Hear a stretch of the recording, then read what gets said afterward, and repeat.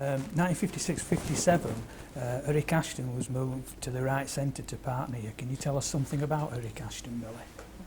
He's one of the greatest players, captains and player, as I've played against or played with. He's a fantastic player.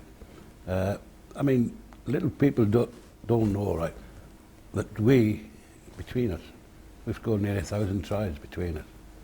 I mean, it's fantastic. I don't think that will ever be beat.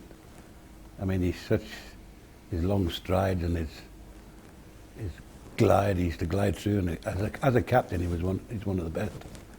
Both tactically and with the players, you know, was Yeah. it good to play under as a captain? Yeah, he was quiet. If everybody said he was quiet, you know, and he wouldn't do. But when he had to, he did. I mean, we played in a match.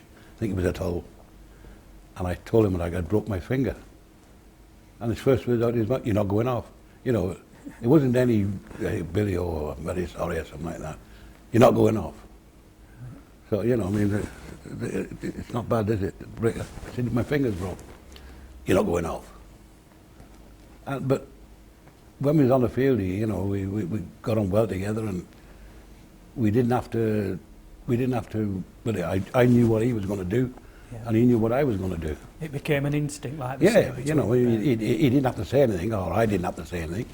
He just glided here, and we started that, you know, the back pass. Yeah. That just come. We didn't practice it or nothing like that. It just happened. In the end, was it like they say today, you could tell by his body language, Yeah, and vice versa, Yeah. exactly what he was going to do? Mm. Yeah, it just becomes second nature. It was unbelievable, you know, with the way. I mean, same off the field.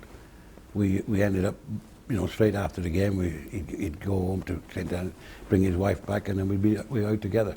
You know, me and the wife, and him and his wife. Every Saturday, you know. Yeah. And always together as well. Yeah, it makes you appreciate great players, doesn't it, when you're playing with them like that, and then socially, Yeah. you meet them, just great people. We just got on so good together. Yeah. And of course that moved on from Wigan to Great Britain. Yeah, I played a lot of times in Great Britain with him, and he was fantastic at there. I mean, when in 1962, that team was unbelievable. Jerry Round was full back. There was me on the right wing, Eric right centre, Neil Fox left centre, and Mick Sullivan left wing. Murphy and Bolton was the half-backs. There was Norman Herbert, Sayers, McTighe, Edgar, Uddert and Turner. That's a great side. Yeah.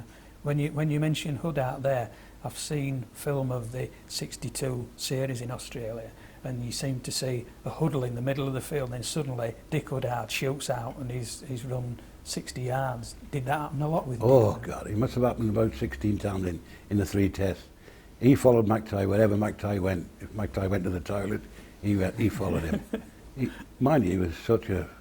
But he could run. He did more than the back, you know. I mean, we were lucky to run 60 yards, but he did it about at least 16 times. Yeah. So that made him one of the great second rowers. All right. Well, you see, you got somebody who, what do you call, with Edgar, who takes the stick and that, and then Dick does the running, which is, that's what it always should be. You always have to have a runner, and you have to have one who does the graft, Yeah. which was Edgar. Dick done the running. Yeah. Because rugby league in general is about great combinations, and that was a great Exactly. I mean, combination. that's what I said. Me and Eric, Sully and Foxy, and you got Dick Uddert and Edgar. Yeah. And was there were the pack of forwards more experienced than the backs? Because wouldn't Murphy and Fox be fairly young in those days? Well, I think Murphy was become the youngest player to go on that when he went on that 58 tour. Right. He beat my thing with just that couple of months, I think. Yeah. So he he'd be became in the his- youngest player to go on the tour. Yeah, so he'd be about 23, 24 in this 1962 series. Yeah. And would Neil Fox be about the same? Something like that. Yeah.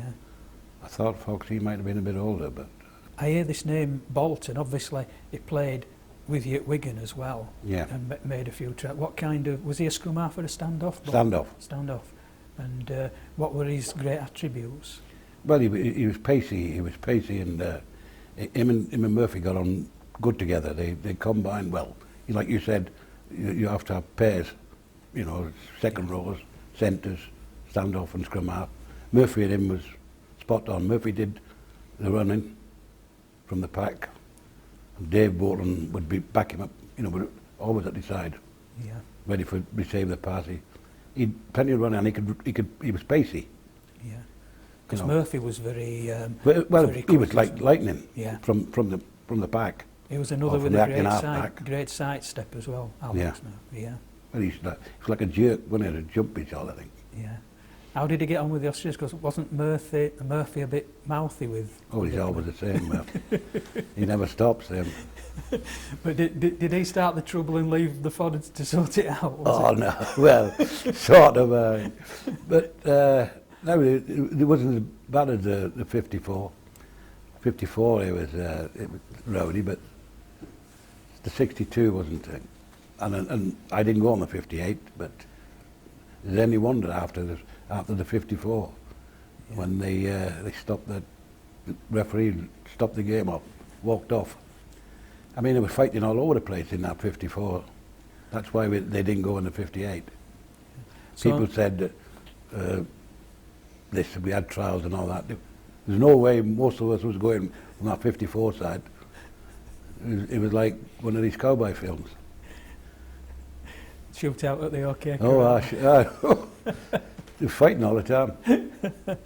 So what made everybody want to go on the 62? Was it because this great team, you all realised this great team was coming together? I don't know. I don't think so because, like, I mean, Jack Wilkie went. Now he went in 54, same as me. He missed 58, and he went in 62. You know, so we don't know what I mean. The 62 team is unbelievable. And you came up against a good Australian team as Yeah, well. Who was yeah. in that team at the time? Well, there was Gasnier and Johnny Raper, and you know there was a lot there.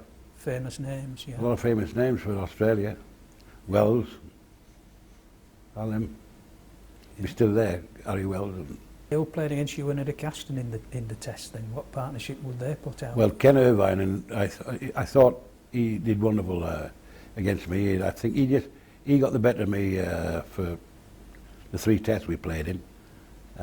He scored more tries than me. He holds the record for tries against Great Britain, and I hold the record for Great Britain with tries against Australia. But he is one above me. What were his great attributes? Was it speed or? He had plenty of pace, but he was a nice player. You know, it was nothing. Well, I mean, I suppose he was a bit that smaller than me, so he might not try anything. But he was good. I liked him. We got on well together. Mhm. And who played inside centre for him then against Eric Ashton? Well, I don't know. I can't remember there was Gasnier. I know was one. I can't remember the other centre. I know there was a sprinter who was on one wing. Cleary, a fellow called Cleary. It was the other one, I think. But And how did the matches go? And did you win the first? we won the matches first 2. We won the first 2 tests. to win the Ashes. Yeah, we won the Ashes in Brisbane, and then we got robbed in the last one. Yeah. Oh, daylight robbery! I've never seen anything like it in my life. Yeah. People won't believe it, but it's on tape. Johnny Raper put this on tape. As we were, there was a fellow that had a broken rib. One of the second row had a broken rib, and he was, as you said, no substitutes. So he carried on playing, and he said, I'll take one of the pommies with me. So he hit Turner. Well, Turner turned on him, and the referee said off. So they both had to go off. Yeah. And then we got Eric got us all together. He said we was winning 17-11. We was winning. Eric got us together. He said, "Now listen, this game's ours. We don't need any any fighting anybody. We don't need nothing." He said to Sully and you, I mean you too. So we got back 2 minutes after he said that. Sully come from one end of the field to the other and cracked this fella. I said, "What you do that for?" Off he went. So we're down now to 11 men. Right. So we had a kick-off under the post. We had to drop out under the post, and we dropped out under the post, and the referee went, penalty. What's that for? He said, you're offside. We're under our own post. So they kicked the goal. So they made it 17-13. So they can win them with a try and a goal.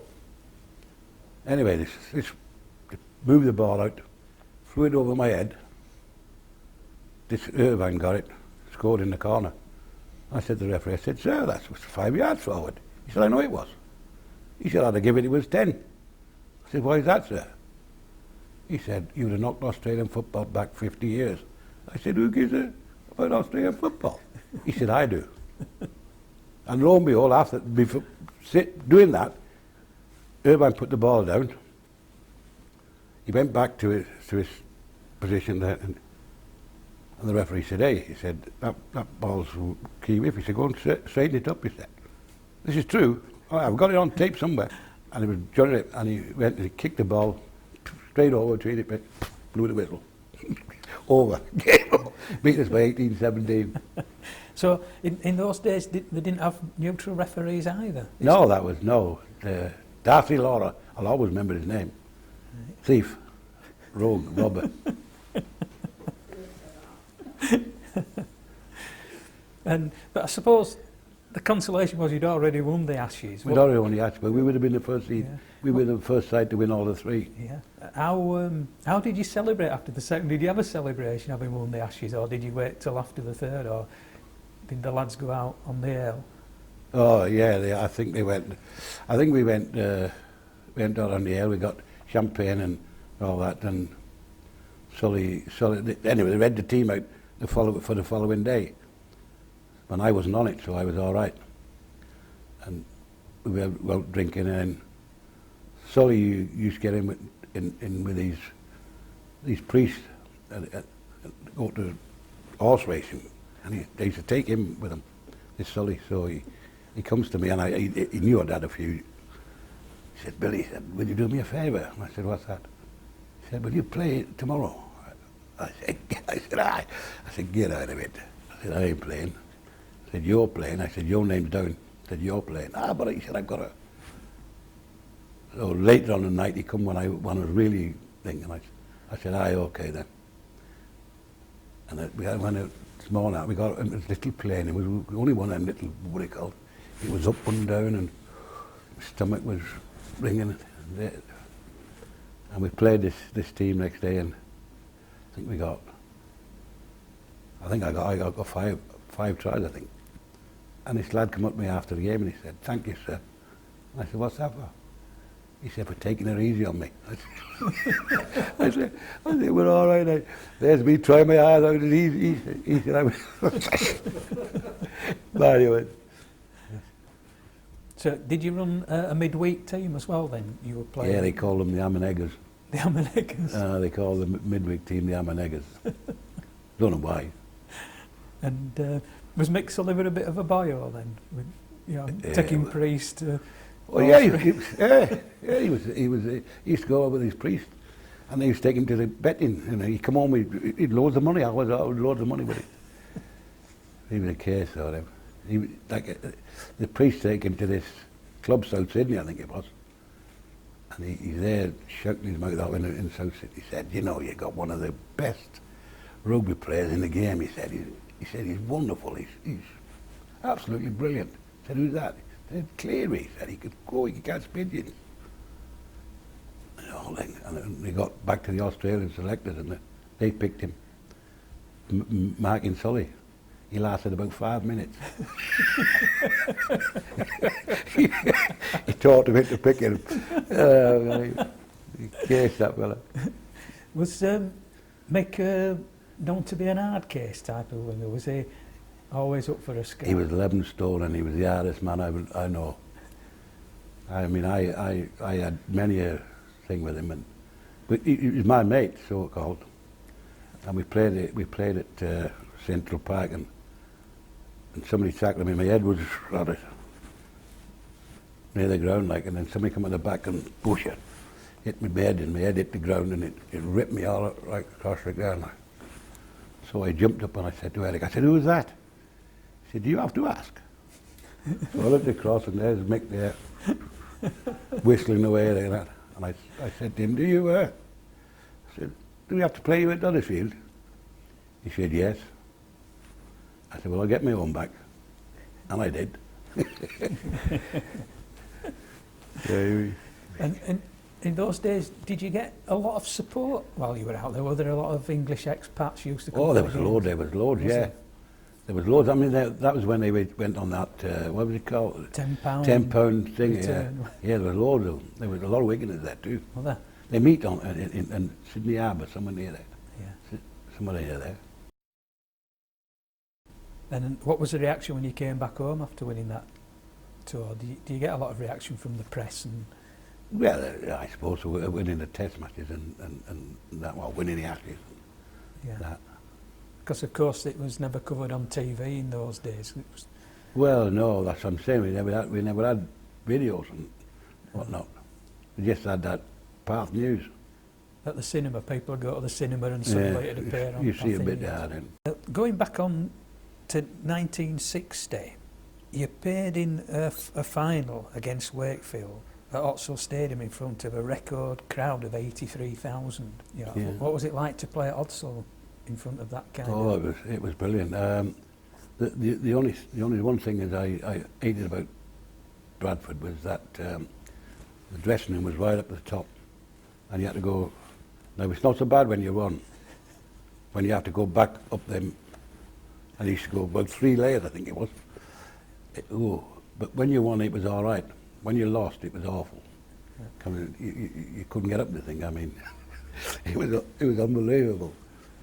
But that day, I heard Joe Egan say something, and I used to puzzle what he meant. You know, Wakefield played somebody at Wembley the week before, and then we played him at Bradford the week after they'd won the cup. And he said, he's weighing up the game, he said, "Don't worry if they score in the first 5 minutes. The longer that game will go on," he said, "the more points you'll score." And they did score in the first 5 minutes. And we did score more and more and more the longer the game went on. And I never worked it out, but, well, till a long time after, is they played at Wembley. And no matter how restricted you are, you've got to celebrate, haven't you? Yeah. Winning the cup, you can't possibly not celebrate the cup, and all you meaning it'll tell on them towards the end of the game, which he did. Yeah, because there used to be that thing about Wembley, both football and rugby, that used to tire players as well, with it being a big pitch. And I think mostly he was on about the enjoying himself. I mean, Wakefield winning the cup. when was the last time you played for Great Britain? Oh, not a clue. It'd be in the 60, 63 or 60 something like that. I played 5 years after for Wigan, but I played till 1968 for Wigan. Then I retired, and a couple of years after I turned out for Blackpool, signed up. Yeah. 70, I think it was. Why did you go to Blackpool particularly? Well, I had a chance of going there or Oldham, and I knew a lot of people, a lot of the Wigan people who was at Blackpool. I mean, McTighe ended up there, Brian Bevan ended up there, you know. And when I played, there was Ray Ashby, Keith Holding, Johnny Stopford, myself, and they signed a fella, an Australian, can't remember his name. He played standoff, and in 4 years later he come back as an Australian tourist, playing for Australia. Can't remember his name, but I know the scrum half was Bishop, not Tommy Bishop, the other Bishop. There was 2 Bishops, wasn't there? Yeah. Well, Tommy Bishop played for Blackpool as well. Yeah. And he was a star with St Helens. Yeah, was he? both of them was at St Were they? Helens. Yeah. What would you say with the to you were the greatest matches that you played in, both for Wigan and for Great Britain? Well, Which, you know, the really memorable ones to you? well, the one that stands out for Great Britain is when, like I say, we won that second test in Australia and to win the Ashes. Because in 1954 we lost the first one, won the second one, and we lost the third, and that was very disappointing. But when we won the second in 1962, I mean, it was a great game, and it was a great win. And as far as for Wigan, I don't know. There were some great games, but I remember playing in one at Leeds, and I scored 2 tries in a cup game, and we still ended up losing in a cup tie. I think Leeds went on to win at Wembley, I think, against Barrow. I'm not quite sure. But that was one of my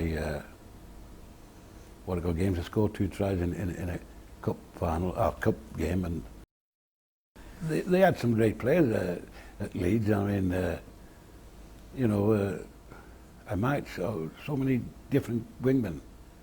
I even might a fella called Don Gullick, you know, has played there. He used to play for St Helens, but they shoved him on the wing to make me, well, to do the business, I think. To knuckle you? Yeah, I think so. But it was nice. It was good playing against Leeds. I enjoyed it. Yeah. Okay. Who would you say were the greatest players that you played with? Well, Eric is, and Alan Davis,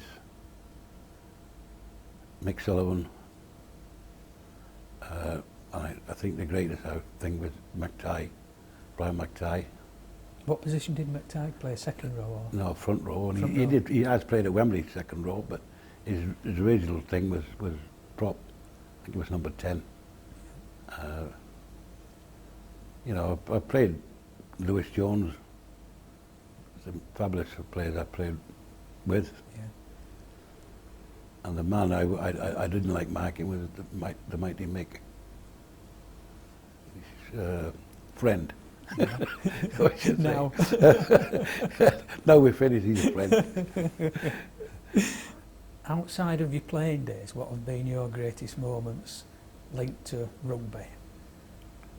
Well, I would think when I got the thing about, it was about 18 years ago, I think 18, 19 years ago, I got a call from the Welsh Hall of Fame, and they wanted me to open the Welsh Hall of Fame, which to me was one of the greatest moments of my life. I mean, to think to go into the middle of, or the centre of where rugby union is, and to open the Welsh Hall of Fame, it was fantastic.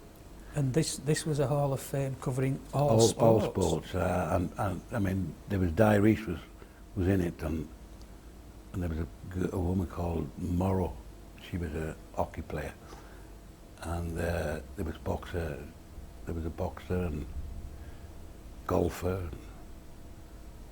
and there was a girl runner. And Lynn Davis was in it, long jump.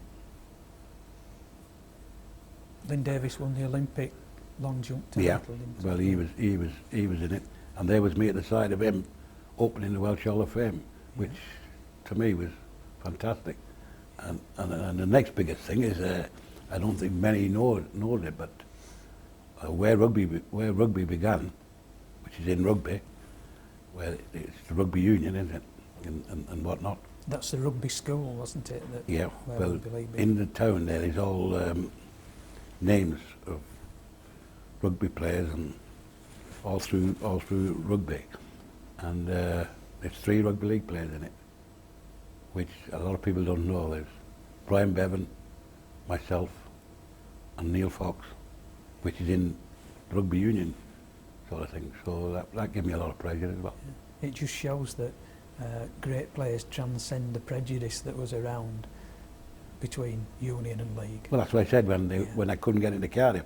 That was when thing. But now they've sort of changed. It's all right now. I mean, we're never out of there. He even made me honorary member now of the Cardiff Rugby Union. Yeah. Now, they wouldn't let me in before. Yeah. What did they actually? So you turn up in your own town to go into the Cardiff Rugby Union club, and they wouldn't let you in. They wouldn't let me in. Me and Jim Mills it was. Yeah. And the thing is, this Lloyd Williams, who I played at the school level, you know, but he played for Cardiff and that. He come running out and he said, "Come on, Billy, I'll take you in. I'll get you in." I said, "No." I said, "If they want me," he said, "Come on." And I went in and I couldn't believe it. There was more St Helens supporters in there than there was on the ground. Unbelievable. You know, but they were all right. Yeah. Because I played rugby league, they only support us, so they were all right. Yeah. Unbelievable it was. Now I've never been. I go there every time I go there. I have to go to the Cardiff Rugby Union. Yeah. Like, I'm now an honorary member. Yeah. And are they all buying you drinks all night? When Oh, we're all right. I'm now with Leddy Williams and Dr. Jack Matthews. And we meet him every time when the Hall of Fame is on as well. How many times did you appear at Wembley, Billy? 6. 6 times. And how many times did you win? We won 3 3. and we lost 3. But we was the first team to win consecutive Right. Wembley. What years were those? 50, 57, 58 and 58, 59. And we went in 61. That was our first lose. That was against St Helens. Then we went again in 63 against Wakefield and we lost. Then we went in 65 and we beat Hunslet. Then we lost to St Helens in 66. What did it feel like to go out at Wembley? Is it as good as people say? Yeah, it's fantastic. I mean, no matter where, I know I was born in Cardiff and I know the Millennium Stadium was brilliant and all that, but I myself, I like Wembley. I still do. I know it's a beautiful stadium and it's a beautiful surrounding in Cardiff. And it's everything is lovely about it, but when you talk about rugby, you talk Wembley, you don't talk Millennium Stadium. Because Millennium Stadium do everything there, don't they? Like Twickenham is the rugby, you get Wembley, Rugby League. Yeah. Brilliant. And what's the sound like when you come out of the tunnel? Oh. Is it deafening? Oh, it is. Can't see nothing. Just blurred, it's all. Yeah. Did you enjoy the second time more than the first? Do you remember more, really? Is the first a bit overwhelming? Well, it is. But the first time you see it, I played wing all through everywhere until the last. And then they goes and puts me in the centre at Wembley. My first thing. It's something different, isn't it? I mean, you know, you're used to playing on the wing, and Ernie Ashcroft got hurt, so they moved me into the centre. And we had, really on that particular time, we had 4 wingmen playing in the back line. Because Eric was playing, when I told you about, he had played on the wing for Lancashire and Great Britain. He was doing all right too. There was him, O'Grady, me, and Sullivan. So we had 4 wingmen playing in the back line. Yeah.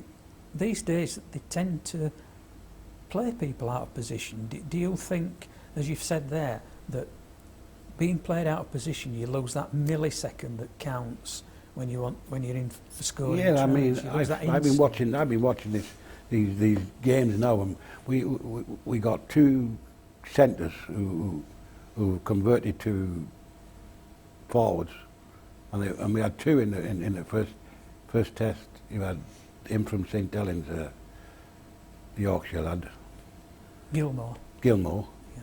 and then you had Johnson, the Wigan lad, Yeah. and in the second rows. Surely God, we must have second rows. Yeah. Instead of having people who come from centre and playing, we must have some good second rows. Yeah. Is it that they're going for a little bit more pace due to the Aussies and New Zealanders being quite pacey in the forwards? Yeah, it's pacey, but you need to stop them, not pacey. You want fellas who can stop them. Yeah. I mean, the last game against Georgia, I thought we was very, very unlucky to lose, because we were equal as good as them. But I don't think the Australian game was me and the missus was good as what New Zealanders was. I thought New Zealand was exceptional when we were down in London, when they played Great Britain in London. So Aussies wasn't as much danger as they were. Yeah, and when you look at the New Zealand players that were out injured, Sonny Bill, I mean, looking at Sonny Bill, I don't think I've seen for 10 years someone that looks as if he could be as good as that. He's going to be. Yeah. I mean, he's something again, isn't he? Yeah. They seem to find them. I mean, I don't know how it is. They see big lads and they can all run as well. Yeah. There's nothing better than a big. They always keep saying about these little ones, good little one, but a big, good one. A good big one. Play a good big one. I like these Samoans and you know, and these New Zealanders, the Maoris. Oh, they're big and they good. And with the Australians, do you think that New Zealand could take over as the world's top team? Well, the way it is now, and I mean, Australia's filled with New Zealanders in it now. It's getting like Australia's littered with them, isn't it? I think they will take over because they seem to be able to turn them out left, right, and centre, don't they? Yeah. And when you watch the Australians at the weekend, and you saw the centres come out, 6'3" centres weighing 16, 17 stone. Does that make you wonder when you see the pace of the lads as well? That winger though, I mean, he's 17 stone odd, and he's only 16 or 17 or something like that. Yeah. I mean, and you got him from Vicona, from Bradford. He likes to Tony Galento. It's unbelievable the size of him. I mean, I forget early on at Bradford they had a bigger winger than him. And I mean, I played against him and all, and he frightened me to death. Big on he was, oh really. Oh, can you remember his name? You should remember it. In what year? McLean. McLean, oh That yes. was him. Yeah. He scored a lot of tries. And then you had that coloured lad from Cardiff, big lad. Judy Caudle. Caudle. Yeah. You had him too, yeah. And I seem to think in my memory I once saw Caudle catch Martin Afire at Widnes, but I'm not sure I dreamt that one. But I know they didn't like each other. But then Huddersfield had Lionel Cooper, didn't they? Yeah. Before another big fella. Yeah. But that McLean was one. I mean, he must be well bigger than that. Vicona. Talking about Bradford, you knew Trevor Foster very well. Very well, yeah. And the one thing that sticks in everybody's mind in Bradford, it was Trevor and Joe Phillips, though I never saw Joe Phillips, but it was Trevor and Joe Phillips that actually reformed the Bradford. Yeah, they did, yeah. Yeah, they did, I remember that. Yeah, we owe them a huge debt, and to the other rugby league clubs who actually virtually gave them place to restart as well. Yeah, they did well, they did very well. Yeah. Trevor's another legend, is he, down Wales? Yes, he's a legend down Wales. I mean, I remember him on the pitch, and we went down for the Welsh, something to do with the Welsh thing, and he was running on the pitch, and he kept saying to me, "Come on, Billy, catch me," and all that. He's 80 odd. He was 80 odd. I was, and the fella come running on there, and he said, "Come on, sir, do you mind getting off the pitch?" I said, "The man's 80 odd." I said, "He's not going to do any damage to your pitch." "Come on, brother." So he said, you got your job to do and I got my job to do. I said, 80-odd-year-old man going to ruin his pitch. Yeah. Was this at the Millennium Stadium? Yeah. Was it? He was on something to do with the Welsh, it was Welsh Rugby League down there, you know. And me and Trevor was with him, like, and they gave us a jersey. Well, they gave me my jersey because I never got one for, you know, you said, only playing that one game, and so they gave me a jersey. Right. And would you have liked to have played at the Millennium Stadium with the roof shut? Well, I've played, I've played there, I've played on there, and I've played on the other side as well with the cricket. I played cricket on the other side, and now that's Cardiff ground actually now. Yeah. That where the cricket used to be. So you were good at cricket as well? I don't know where he comes from. I don't know where he kind of come from my dad, because he was about 5'4", and he was. I mean, his only sport I ever known him play is cards. That's all he ever. Did he win? I don't know. I don't know. He's 15-2, 15-4. I still don't know. Understand that game. Yeah. But I mean, I don't know where he comes from. My mother was a big Irish lady. So you got your speed from your father and your size from your mother then? You think? I can't see my father being speedy. He was slower than a god's horse. I don't know where the sport come from in that family. I don't know. I mean, I represented Cardiff in 5 different sports. What do you call it? I don't know where it comes from. So you went. Was that football, rugby union, rugby league, cricket? Table tennis. Table tennis. Yeah, table tennis and basketball and boxing, and I don't know. It was One of your big friends was a boxer, wasn't he? Joe Erskine. Yeah, Yeah. great man, great fella, great. He come up a time or two to. He come when we beat Oldham.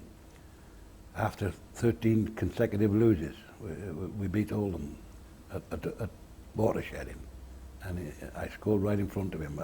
It was just, I put it down there deliberately, just in front of him. I should have gone under the sticks, but I thought better. I don't know. You had time to spot him in the crowd. Yeah, he was there in the crowd, just, you know, where he used to come out. Did he ever say if he'd have swapped you? Would he have liked to play professional rugby league, do you think?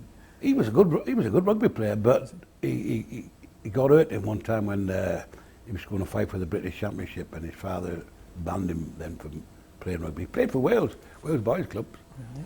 and he played for Cardiff Schoolboys at the same time as with 3 of us again for the Cardiff Schoolboys. He played standoff for Cardiff Schoolboys, standoff with the Welsh Boys Club.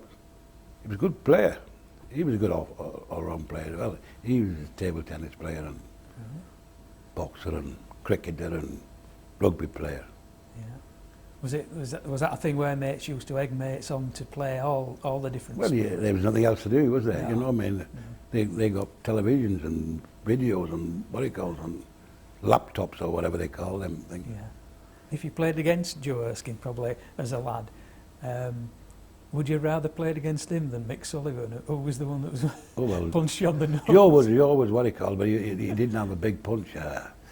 He was a great boxer of sort. You know, I thought he was better than Muhammad Ali, boxing wise. Yeah. No, not the other way. Mick, ooh, I'd sooner play against Erskine. And he was sometimes 17, 18 stone. Yeah. Mick, he's 11 stone wet through, and terrible man. I wouldn't trust him as far as I can throw him. He's a friend and all of that. God help his enemies. They used to say that, didn't they? That beware of the little guys. Oh, beware of him.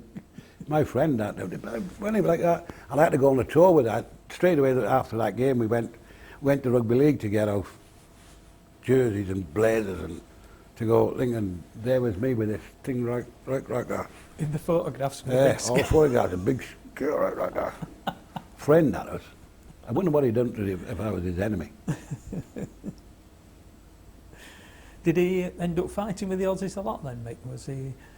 Because Aussies, they were into Only on the fighting. field, he wasn't bad off the field. I mean, he wasn't like that 1954 tour. I mean, they were terrible off the field. It was like one of them cowboy films, Yeah. throwing them over the bars and Were they trying to beat you up like the week before so that you'd be out of the tests? Sir? I don't know. I mean, they just tormented them and stirred and these lot was us lot, me as well, was so easily intimidated. So we lost it. Yeah. Because even it's only really in probably the Super League era that that's gone out of rugby league because of probably the speed of the game and giving penalties away and giving field position and all this. You don't see it now, do you, in rugby league as much? Well, I mean, that's what the ladies liked, didn't they? I mean, they call them the heroes and the tough guys and the, you know, you had a really mixture of the ladies and the gents and the old age people and, you know, I mean, I used to have been on the wing, you know, with the inside that Central Park when they had all them seats round the inside, you could hear everything. And there's one place I never used to like to go, and that's Featherstone. Oh, what an awful place that is. Oh, the language you get from that. Oh, I mean, I'm not, my mother was married. And my dad. They called me some awful names, you know. But forget one time, Wigan dropped me and put me in the A team, and we forget who we played. We played somebody in the A team, and they were playing Featherstone at Featherstone, and they were all laughing at me like, I said, I'll get winning money. I said, you won't. And he didn't. Not a going to Featherstone when all them people was on top of them and screaming and shouting at them. Yeah. I got winning money, they didn't get winning money. Well, there used to be a theory at Featherstone you were better playing down the hill. It never seemed to make much difference which way anybody... It was a place to go, that, wasn't it? You got that Bradford with that down that, oh God. No. Yeah. It was all right when you won, but coming back up there... Because the crowd used to get right on the side of the hill, didn't they, all the way up as well. Yeah, now they go in that thing, but I think you used to have to go up there. It was tiring getting up the top there. Yeah. It's funny though, in all the years, I can never remember anybody actually attacking a player, no matter how they played in the game. You never got mad. You'd be daft to with a rugby league player. No. I mean, I had one in Australia. I had one in Australia. He was you know, we end up like the Bradford game like that. Yeah. And I run out and I'm on this side of the pitch, on this thing went up there, and you just see a little head over the top, screaming and shouting and calling my name, you know, what they call. Anyway, when we went in at half time, I thought, well, at least, I said, he can't see me, I'm on this side this time. And lo and behold, the gets in the stands.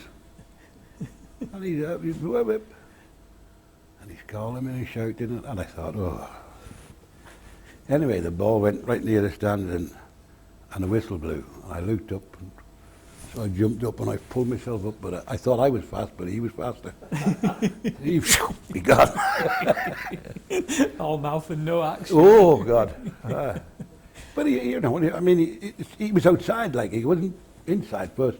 But I thought, well, half time, he's outside, he can't see me there, but he'll love me. God, he paid at half time to come and torment me. Yeah. It's amazing though, you go to Birmingham, you don't realise there's a crowd at the grand final of 64,000 and they're all international standard players that are watching you. You know, they all know how to play the game better than you. It never but that game, I think, you know, when you said I scored them 4 tries, if I could have, I said to Grady, I said, will you swap over at half time? To go back on that side, you know, so he told me what to do. He told me where to get to. Off was the other second part, was it? Because, oh God, the stand come over the top of the ground. And it must be that depth in mud. You have to lift your leg up like that to get going. And on that side it was all right, see. Yeah. And Grady would kept coming across like that, and I'd follow him, and he'd give me the ball at the end, and off I go. But this side, oh, he was like this. I said, come on. I said, swap me. Would you like to have played in summer conditions like they have now? Or would it have been the hard ground? No, but it was the same. It was the same in Australia. But see, New Zealand is similar to Great Britain, isn't it? Yeah, a lot more rain. And this Auckland, with Carlo Park, I think it was when we played it. And it was about that depth in mud. It was awful. Only because this stand, the sun couldn't get at this part of the ground. Yeah. Thinking about the modern game, saying since Super League started, who are the players that you've admired in rugby league? Well, I like Farrell. He leads by example. You know what I mean? I Yeah. think I haven't, you know, a lot because they all are built on the same sort of. They're all similar to each other. You know, there's nobody I think really outstanding. They're all, you know, play as a team. You know, no individual like. Do you think the theory is now that with the coming up in straight lines in defence and flat attacks, is it more it's the team and don't give anything away rather than letting the individuals try to win matches? Well, you know, I don't know. I mean, the way I look at them, I mean, when New Zealand at the first thing, I mean, that first try theirs was it was diabolical. I mean, we had no defence whatsoever. No. So they can't be doing this whatever you call it, going up in a straight line and all that. It was, I mean, this forward's got to do a job and the back's got to do the job. It's not just have to finish moves off, they've got to do a job. And it was near enough to it on last Saturday, but... Yeah. But you find that the Australians, even when they're not playing well, which is a rare event, they fall back brilliantly onto defence, don't they? They Yeah. can just man-to-man tackling. Yeah. I mean, Great Britain were good on Saturday against them. We did a lot of one-on-one tackles, but usually it's the Aussies that are doing that and stopping you. Yeah, We- but we look at tend it. to Yeah, but look to- at the other way. There was the Aussies beat, or the New Zealand beat the Aussies 30 points to 20 something, and then the Aussies beat them 28-26. Yeah. So there's somebody's letting tries in, isn't there? Oh yeah, On the both sides, so they're not practicing what they preach, no. are they? So No. But some teams sometimes seem to go like that. You know, it's either all defence or flat out attack and forget the defence. well, that Australian side I seen at Leeds, Ellen Road, was far better than what I seen last Saturday. Yeah. Unless Yeah. they just had an off day, or Yeah. But that game last year Oh. was nearly the perfect rugby league Yeah. game. But I've never seen any team they play just as well as that. Without a and mistake. Great Britain didn't play that. Great Britain didn't play that well, did they? I mean, No. sometimes it happens. You know, it just happens. Yeah. You know, and then the more you try, the worse you get after. Yeah. Yeah. Because you get, you know, we've done it like when we're playing about Liverpool. When we played Liverpool, when I played, all I wanted the night before a game was to have a bad night's sleep, worrying about the following day. Yeah. When you used to play against Liverpool, you slept well, and you thought, well, all we have to do is turn up. But if they started to call a couple of tries or fluky tries or something like that, and the harder you try, the worse you get. Yeah. I always wanted to have a bad night, because I'm worried about who you're playing against the next day. Yeah. There's this thing in sport, isn't it? That you can try too hard. Yeah. If you try 100%, it tends to go Yeah. wrong for you. If you knock it back, But if you relax and you think all you got to do is the harder you try after to get it back, you can't. Yeah. When you said you cried when you signed for Wigan to play rugby league, how do you feel about that decision now? It was the best mistake I ever made in my life. I've enjoyed every minute of 50 years. I enjoyed 50 years at rugby league, and it's been great, fabulous.